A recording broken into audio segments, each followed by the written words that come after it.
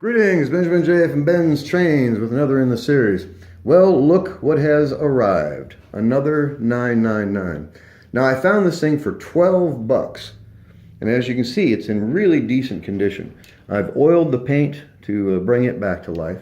Takes the gray haze off of it. When I found this thing, this engine was frozen, absolutely solid. The wheels would not budge. And someone had attacked it with a screwdriver. No idea why. And the front slide assembly was bent down almost 45-degree angle, just absolutely butchered. The E-unit was gone, so I bypassed the E-unit, got the wheels broken loose, and as I said, if you encounter an engine with a frozen motor, a couple of drops of oil, actually I use STP, on the output gear of the armature, and a couple of drops on the other side for the bearing for the armature.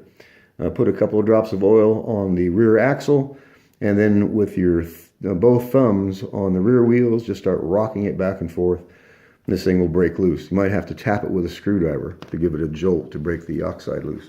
But in any case, I've had it on the bench running for about the last, I don't know, 15, 20 minutes. Anyway, it took about 2 hours to get it fixed. It was just in terrible condition. Physically, it's been stored well. But somebody had just butchered this poor little engine with a screwdriver, just really bent it up. And just no idea why or what the idea behind it was. But this thing was just an absolute mess. It was missing the rear truck. Fortunately, I had one. So put a new rear truck on it. That's actually off of 666, same rear truck. And then I had to bend the front truck. And it was bent down so far that it was actually keeping the wheels off of the track. So that was all because this thing was just bent. That's why he had stuck a screwdriver in there and just really, really bent it. And I just, no idea why. Anyway, I got it running on the bench. It runs really well. Now, this is going to be its first trip around the rail. I put it on the inside rail. I have 2010 litho cars. So, and I did replace the headlight. Let's turn the power on and take this around and see how we do.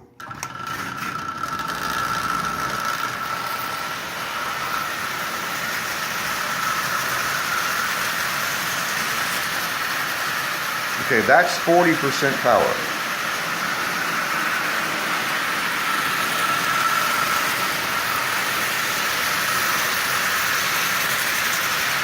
Well, this little engine is just purring, running splendidly.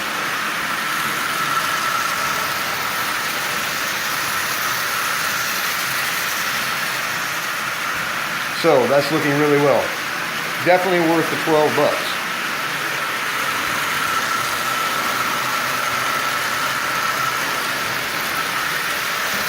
It has a lot of pulling power. And that's running at 40% power, which is just absolutely amazing, pulling 2010 litho cars. So, it looks nice, it runs well, and it was $12. And you just can't beat that. And this thing looks almost new, as you can tell. And by tomorrow, all this oil will have soaked into that paint. And this is going to look really, really nice. It's a really nice 999. Again, don't overlook the junk. You know, when I found this thing, I thought I might have to actually use this for parts. It was just really terribly abused. And it wasn't from storage, it was from somebody physically sticking a screwdriver in here and just butchered this entire front mount. And of course, it had been sitting for decades because the motor was frozen solid, and this thing would not move. So I got it broken loose, lubed it, tuned it. I spent most of my time repairing this front mount. It was really, really bad condition. So anyway, it's up and running. It was inexpensive. It looks nice. Really hard to beat that. 12 bucks for a 999. I now have, I think, 31 of these. But this runs really, really well.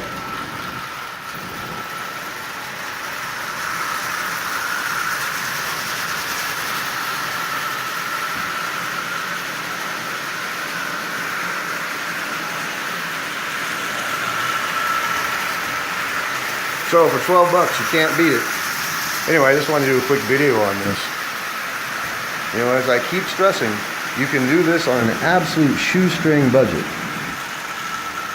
It doesn't take a lot to get these things fixed. It's time consuming sometimes, and you have to know what's wrong with them, of course, to fix them. But as you can see, this is a really nice 999. I mean, this thing has been sitting for decades, which is why the motor was frozen. And I do have to replace the rear coupler. It is so bent out of shape that I'm going to have to pull a rivet out of it, straighten it, and then put it back on. But picked this up for 12 bucks, and when I saw it, I thought, well, maybe I can get it running. If not, there's more than 12 bucks worth of parts in these things. And it only takes one of these to take it apart. And you usually have enough parts to fix 4 or 5 other ones.